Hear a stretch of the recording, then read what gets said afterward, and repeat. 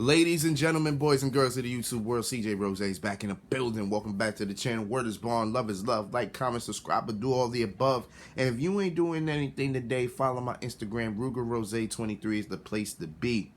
All right. I was actually supposed to do this video on Monday. I couldn't do it Sunday night because the pay-per-view just felt so long. It felt so long. But we are here to talk about All Elite Wrestling. Yes, Double or Nothing was Sunday night. And maybe it's just me. But don't get me wrong. Double or Nothing was a great pay-per-view. It was a great pay-per-view. It always, AEW always delivers great pay-per-views. But for some reason, I feel like this pay-per-view wasn't as good as the other ones were. Maybe it's just me. I don't know. Granted, there wasn't no bad matches, but I'm saying, but let me get into it. But technically, the only match I'm really going to talk about is the main event. Everything else I'm probably just going to skim through or just talk about real quick and boom. All right.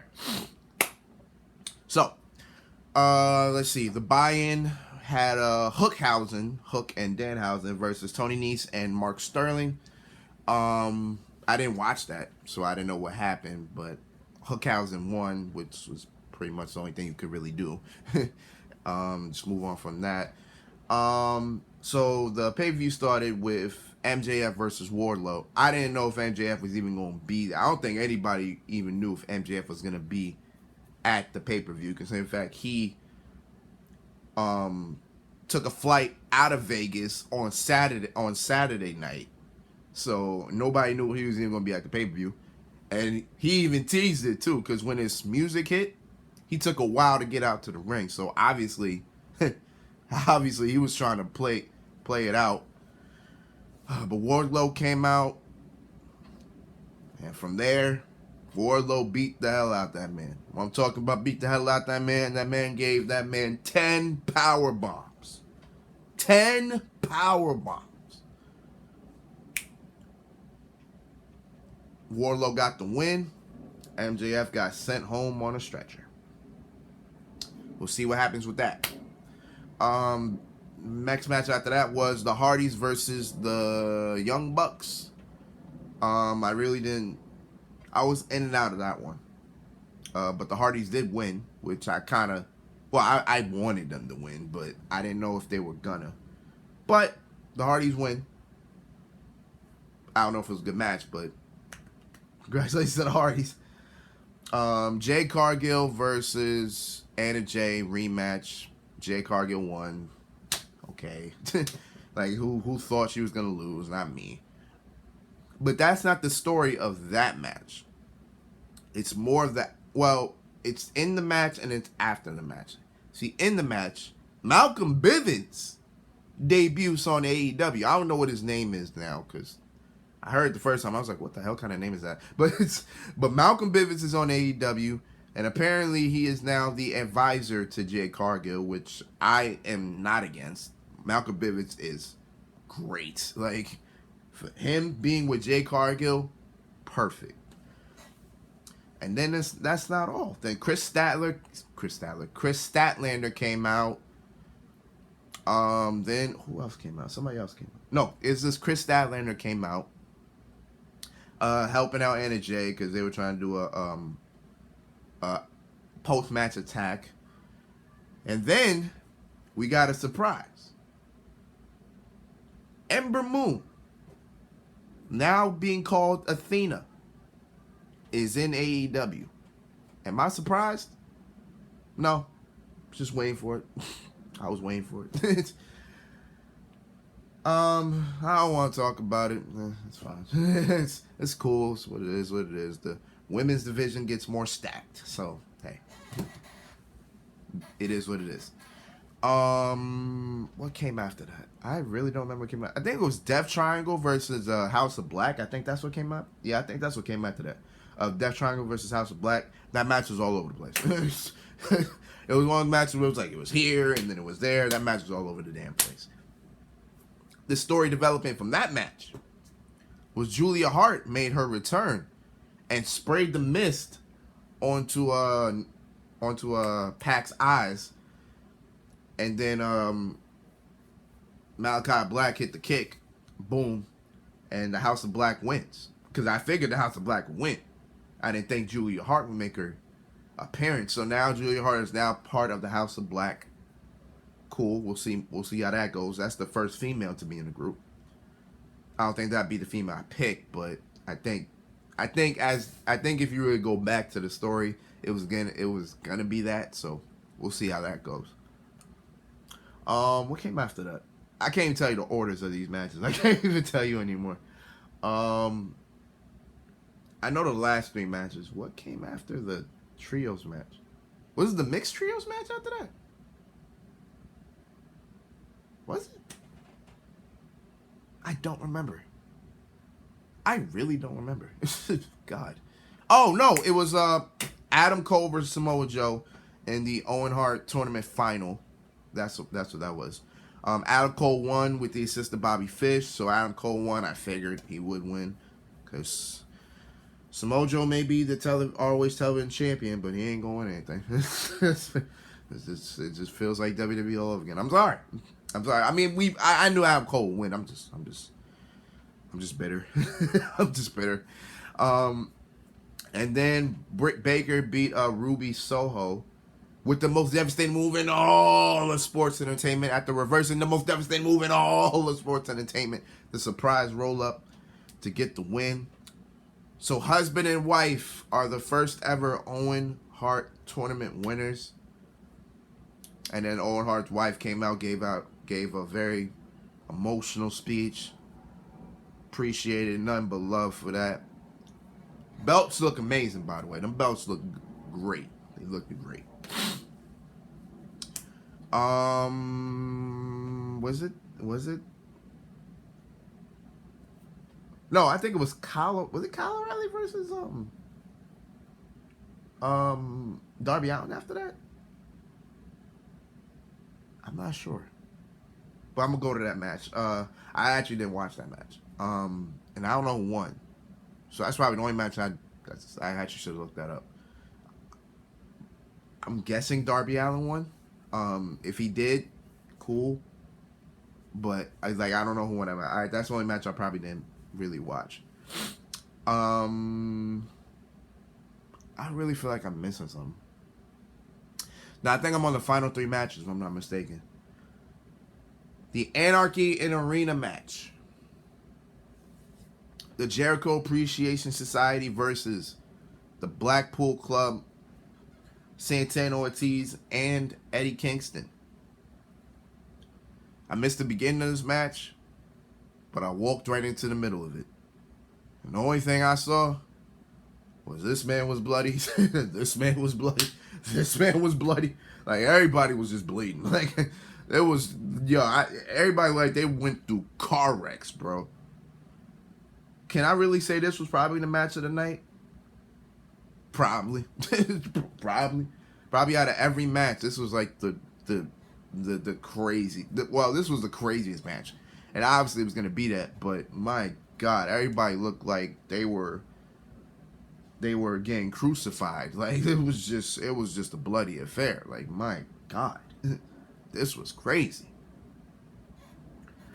And the Jericho Appreciation Society won. I had the Blackpool Club, Kingston, Santana Ortiz winning. I had them winning because I thought they would. But somewhere in my back of my mind, I said to myself, Jericho Appreciation, JAS may win in some way. And they did. Pretty much everybody else was taken out except Danielson, Moxley, Jericho, and Hager. And that wouldn't be a bad tag team match. That'd be probably a weird match, considering the circumstances of all 4 men. But I would actually like to see that match. I don't know why. Like, when I saw all 4 of them in the ring, I'm like, that wouldn't be a bad tag team match. They actually should do that. That would be cool. Moxley got taken out by Hager. Hager pushed Moxley off the apron. He fell right into a table that had barbed wire on it. So Moxley was pretty much done. And then Danielson was just by himself trying to beat up on Jericho and Hager. Hager chop blocked Jericho. No, let me wind back. It was Kingston, Jericho. Actually, before Danielson, I think had Jericho. I think in a submission. Here you see Kingston just walk from the back all the way to the front. My man had gasoline in his hand. This man was really about to burn Jericho alive, and I can't blame him. Just like I can't be mad at him. So he has his gasoline. He's pouring it on Jericho. Thank God Hager was there, because Eddie would have burned that man to Chris. We really would have saw the Human Torch in reality. But Hager was there to intercept. Jericho hits the Judas effect on Kingston. Jericho trying to wipe all the gasoline off. And then fast forward to what I said previously. I said again, Hager took Moxley out, so it was just Danielson in a 1-on-2 situation. Hager chokes blocks Danielson. And then Hager just on him. Then Jericho had the walls, but then he turned it into a one-leg Boston Crab. And then Hager takes the ring rope, because the top rope was taken off. I don't know how. Again, I missed the first half of this. Excuse me. Takes the ring rope, wraps it around Danielson's neck. So we got double submission here. Danielson doesn't tap out. He passes out. And boom, the JAS win. Okay. I'm fine with that. Hell of a match. I think that was the match of the night. Going into the triple threat tag team match, as the Jurassic Express defend against... Yeah, as the Jurassic Express, am I even saying it right? I feel like I'm not saying the name right, but it was. As Luchasaurus and Jungle Boy defend their tag team championships against Swerve in Our Glory, Swerve Strickland and Keith Lee, and Team Taz, Powerhouse Hobbs, and my man Absolute Ricky Starks. Great match. Everybody had a hell of a performance. My man Powerhouse Hobbs was doing his thing. Ricky Starks, you know how Ricky Starks do. Swerve, just swerving. And Keith Lee, just Keith Leeing. But the Jurassic Express get it done. Once again, we feel like we had a tease of Christian about to turn on Jungle Boy again. They are trying. They are trying so hard with this. It's annoying. Like when is Christian gonna turn, bro? Like it's beginning to become more obvious now. It's like, okay, we know he's gonna turn his back at some point. We just don't know. Speaking of those three, they will be a part of a 10-man tag. It will be Christian Cage, the tag team champions, and the Hardys teaming up against the Undisputed Elite tomorrow night. That should be a crazy banger of a match. All that leading into the main event. The main event, as Hangman Adam Page defends the AEW World Title against CM Punk. CM Punk in his first title match in 9 years. In 9 years, CM Punk's in his first world title match. All right. So, pretty much more than half of us, including myself, had CM Punk winning this. Because it just... something about this match just felt different. Like, and you kind of could tell in the match as well. Excuse me. When you look at every Hangman Adam Page match, I don't know. It's like Page didn't... don't get me wrong. When he faced Danielson, Danielson pretty much said he will out-wrestle him. When he faced Cole,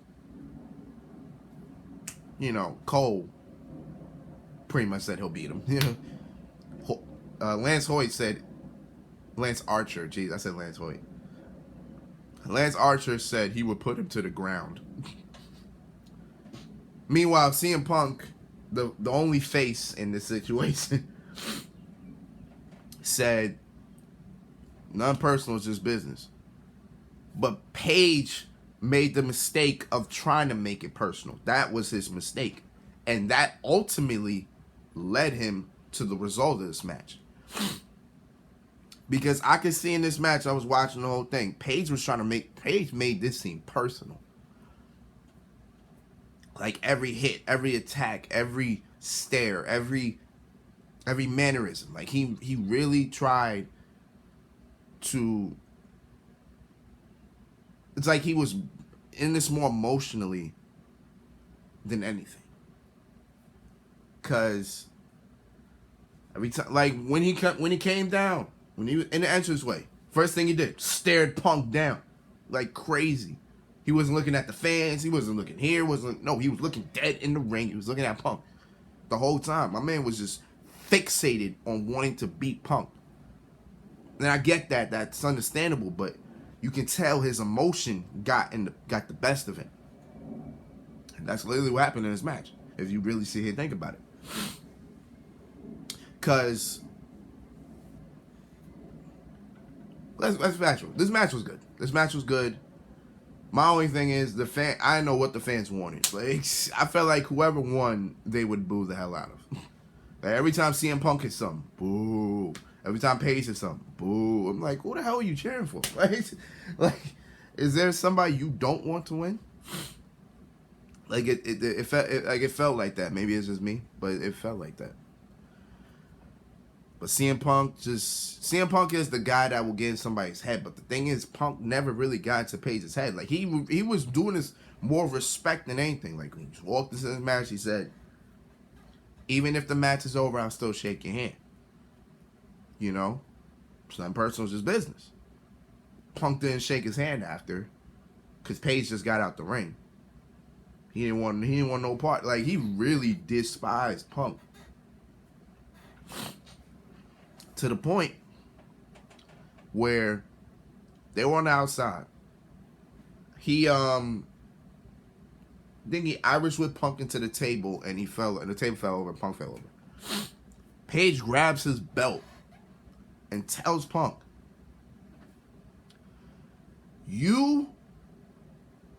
what he said? He said, I probably won't say it verbatim, but he said something like, "You can't beat, like, I will not let you take this from me. I'm gonna beat you." Shit like that. Already, Punk's in his head without even being in his head.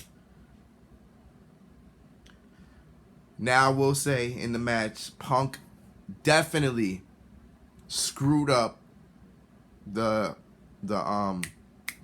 buckshot lariat. He screwed that up. I thought he damaged his knee, because, like, when he did it, you know, like buckshot lariat, he goes off the ropes, does a front flip, then hits the lariat. Punk did the flip, but fell awkwardly on his knee. But he still hit the lariat. Fans booed the hell out of him after that. I'm just saying. So, I believe... Alright, so here we go. So, Page hits the dead eye. Punk kicks out. No. Sorry, my fault. I think either Page had him in the GTS or Punk had him in GTS. Somebody had somebody in GTS. But that resulted in the referee getting knocked out. No, yeah. No, I think Punk had him in GTS. Page got out of it. Page hits the lariat. He gets up. He looks at Punk with such disdain. He's angry. He's like, I don't want him to win. Pretty much. Then looks over there. The AEW World Title is right there. By any means necessary, Page is going to win. Picks up the title. He's about to hit it with it. Punk's getting up. He's about to hit him with the title. He's like, he's fighting with his thoughts. He's like, should I do it? Should I not do it? Is this worth it? Should I be doing this? Then he's like, throws it down. He's like, damn. So he's like, you know what? Let me win with the move that actually won me the title. So he's setting up for the buckshot lariat. Goes into it. Misses the clothesline. Punk spinning him out. Gets him in the GTS. Boom. Go to sleep. 1, 2, free. For the first time in 9 years, CM Punk is world champion.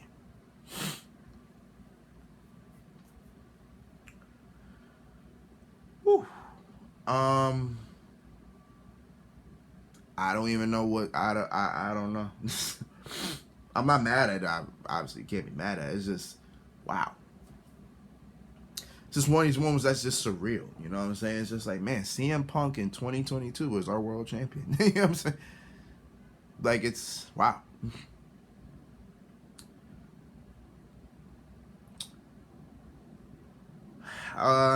If you were to tell me we were gonna set up to do it this early, then I don't know, because it's been what, 8 years? It's been what, 9 months since he returned? Well, I guess that's enough time, ain't it? I guess that is enough time, honestly. So yeah, okay, Punk's world champion. I knew what happened. I didn't know if it was gonna happen, but you know, it is what it is. Fans are gonna be clamoring. I'm pretty sure Dynamite's gonna have one of their biggest, ratings in a while, because Punk is gonna be there as the world champion. Can't wait to hear what he got to say. This would be. I'm intrigued. Who will his first opponent be? I don't know. I guess only time will tell. I can't wait to see it. Punk's our world champion. Wow. Yeah, that's all I got. So, it's been Rose, man. Thank you for watching. Thank you for all of those support as always. I will be Jesus. I will be back here later this week because not only is Hell in a Cell this Sunday, but NXT in Your House this Saturday, which means we got prediction videos to do. We will do them. Then Saturday, I'll do my thing. Sunday, I'll do my thing. You already know how we do. So until next time, peace, love, 100. You heard?